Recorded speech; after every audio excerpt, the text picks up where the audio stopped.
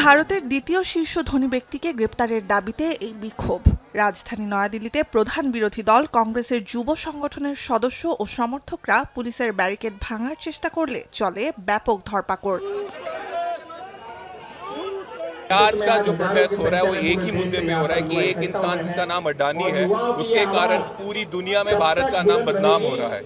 জ্বালানি প্রকল্পে দুর্নীতির অংশ হিসেবে ভারত সরকারের কর্মকর্তাদের ২৬ কোটি ৫০ লাখ ডলার ঘুষ দানে সম্মত হওয়ায় আদানি গ্রুপের চেয়ারম্যান গৌতম আদানি ও তার ৭ সহযোগীর বিরুদ্ধে গেল সপ্তাহে যুক্তরাষ্ট্রের আদালতে অভিযোগ গঠন করে মার্কিন আইনজীবীরা, জারি করে গ্রেপ্তারি পরোয়ানাও।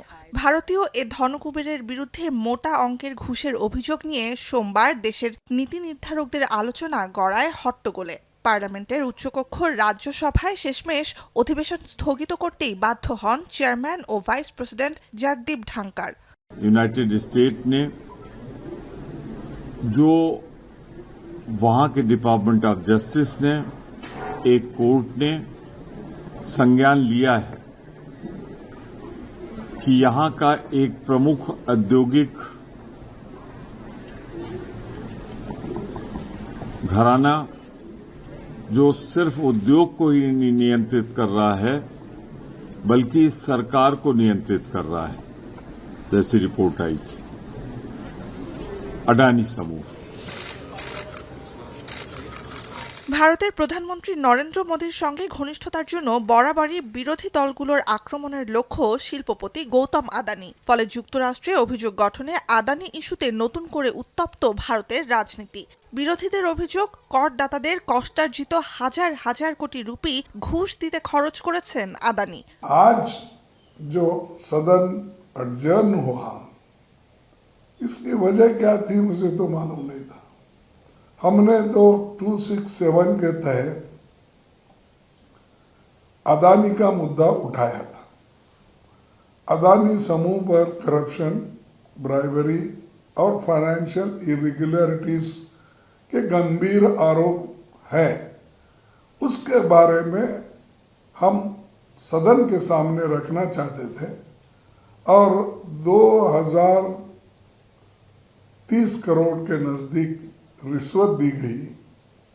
जनता के पैसे का इस्तेमाल रिश्वत के लिए दिया गया।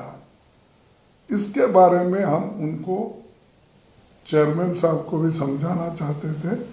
এদিকে ঘুষ দেওয়ার অভিযোগের নাম জড়ানোয় দেশে দেশে অনিশ্চয়তায় আদানি গ্রুপের বিভিন্ন প্রকল্পে শত কোটি ডলারের বিদেশি বিনিয়োগ। আদানি সংশ্লিষ্ট সকল বিনিয়োগ স্থগিতের ঘোষণা দিয়েছে ফ্রান্স ভিত্তিক বহুজাতিক তেল জায়ান্ট টোটাল এনার্জিস।